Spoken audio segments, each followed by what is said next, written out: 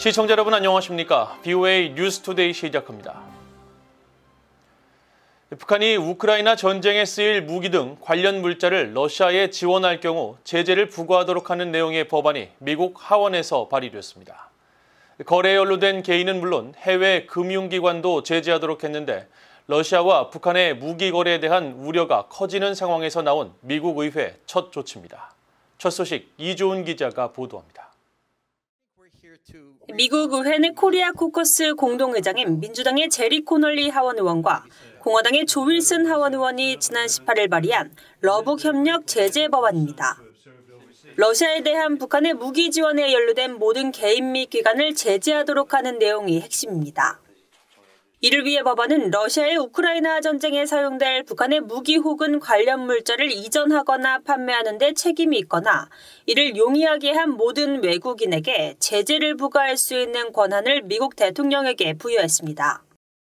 북한의 이런 무기용 상품 서비스나 기술을 고의적이며 직간접적으로 수출입 또는 재수출하는 모든 외국인에게도 제재를 부과하도록 했습니다. 또 북러 무기 거래에 관여한 해외 금융기관도 제재할 수 있는 권한을 대통령에게 부여해 사실상 세컨더리 보이콧 같은 제3자 제재를 가능하게 했습니다. 제재와 관련해선 구체적으로 자산 동결 또는 미국 입국 제한과 같은 조치가 취해질 수 있다고 법안은 명시했습니다. 윌슨 의원은 지난 15일 법안 발의를 알리는 성명에서 북한 독재자 김정은은 전 세계 자유와 민주주의를 파괴하기 위해 노력하는 독재자 동맹의 일원이라고 비판했습니다. 그러면서 이 법안은 독재자 김정은이 무고한 우크라이나 국민에 대한 전범 푸틴의 대량 학살을 통해 이익을 얻거나 이를 지원 혹은 방조할 수 없도록 한다고 강조했습니다. 코널리 의원도 이날 성명을 통해 러시아의 불법적인 우크라이나 전쟁에 대한 김정은의 물질적 지원은 세계 평화를 위협하는 두 악의적 행위자 간의 위험한 파트너십을 보여준다고 지적했습니다. 그러면서 우리는 이 불순한 협력을 방치해서는 안 된다며 미국이 단호한 조치를 취해 북한 무기가 우크라이나 국민에 대한 푸틴의 유혈 전쟁에 사용되지 못하도록 막아야 할 때라고 강조했습니다. 의회에선 북한이 러시아에 무기를 지원할 경우 제재 등 강력한 대응이 필요하다는 목소리가 초당적으로 이어지고 있습니다. But I am concerned about the volume of missile material and other material that North Korea could provide to Russia at a time that Russia is hurting badly. And so I think there have to be consequences for North Korea if they proceed down that road because they're violating international sanctions, not just U.S. sanctions, international sanctions, which at one time Russia actually supported. 이런 가운데 미국 상원에선 북한 등 적국을 겨냥해 발의된 암호화폐 악용 방지 법안의 의회 통과를 촉구하는 목소리가 높아지고 있습니다. 대표 발의자인 민주당의 엘리자베스 워렌 의원은 지난 15일 성명을 통해 특히 북한 미사일 프로그램의 거의 절반은 사이버 범죄와 디지털 자산을 통해 자금이 조달된 것으로 추정된다고 지적하고 2022년 북한의 불법 디지털 자산 거래액은 최소 200억 달러로 사상 최고치를 기록했다고 강조했습니다. BOA 뉴스 이조은입니다.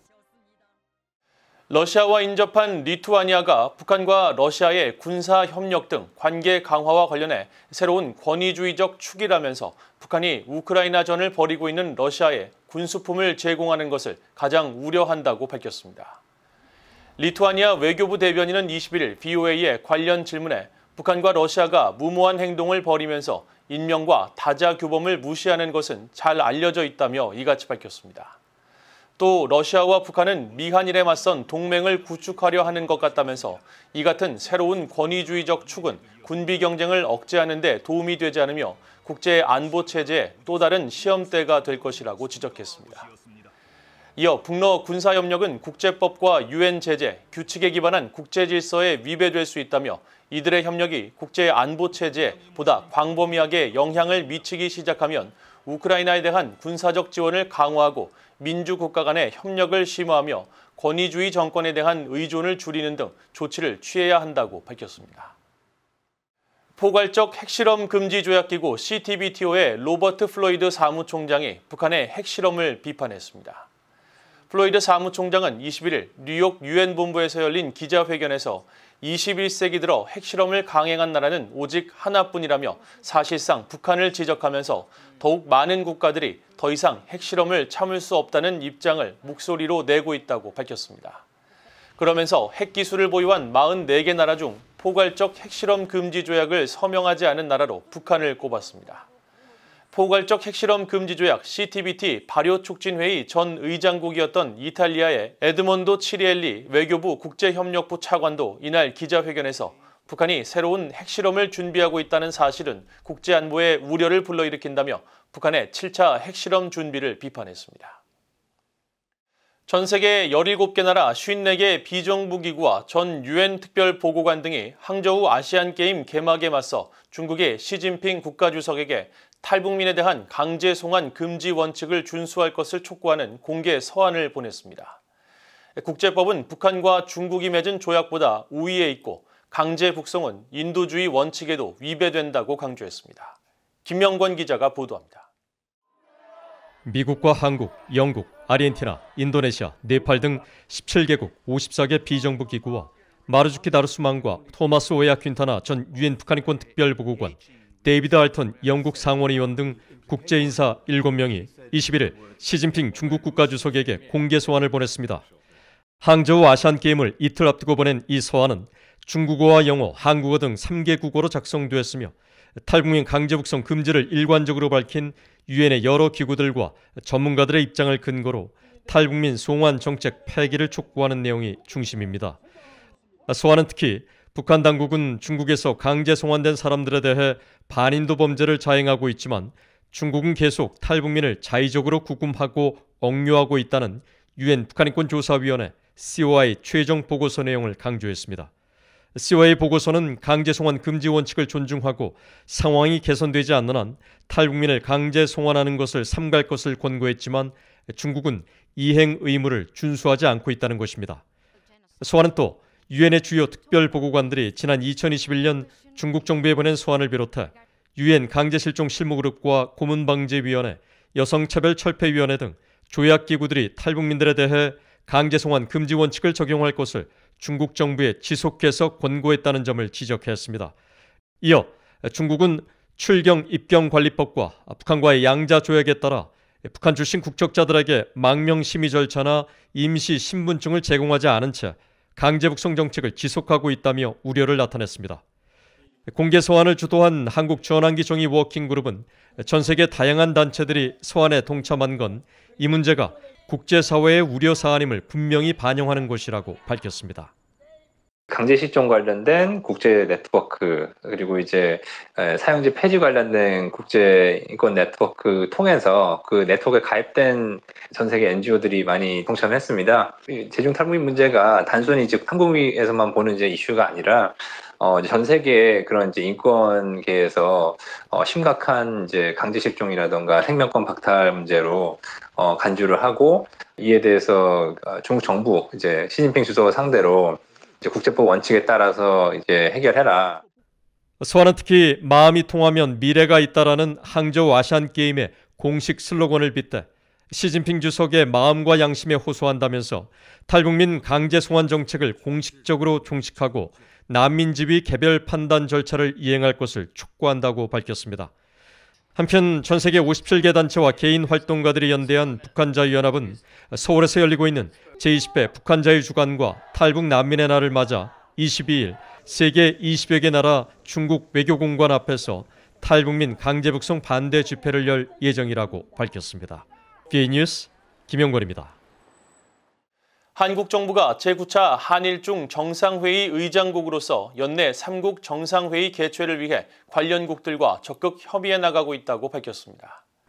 한국 외교부는 21일 한일중 정상회의 추진과 관련한 BOA의 질문에 이같이 밝히고 3국 정상회의 의제 등을 조율하기 위해 오는 26일 서울에서 개최되는 한일중 고위급 회의에 한국 정병원 외교부 차관부 주재로 일본의 후나코시 다케이로 외무성 외무심의관과 중국의 룽룽 외교부 부장조리가 참석한다고 밝혔습니다.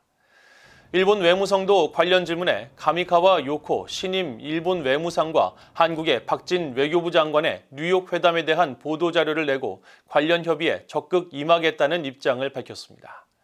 일본 외무성은 특히 가미카와 외무상은 한일중 협의체 의장국인 한국의 노력에 대한 일본의 지속적인 지지를 밝혔다면서 두 장관은 긴밀한 공조를 지속해 나가자는데 의견을 같이 했다고 설명했습니다. 한일중 정상회의는 지난 2019년 12월 중국 청두에서 개최된 이후 한 번도 열리지 않았습니다. 호주가 최근 북한의 핵무기 제거를 위한 국제적 노력의 일환으로 북한의 불법 활동에 대한 공중 감시 활동을 실시했다고 밝혔습니다.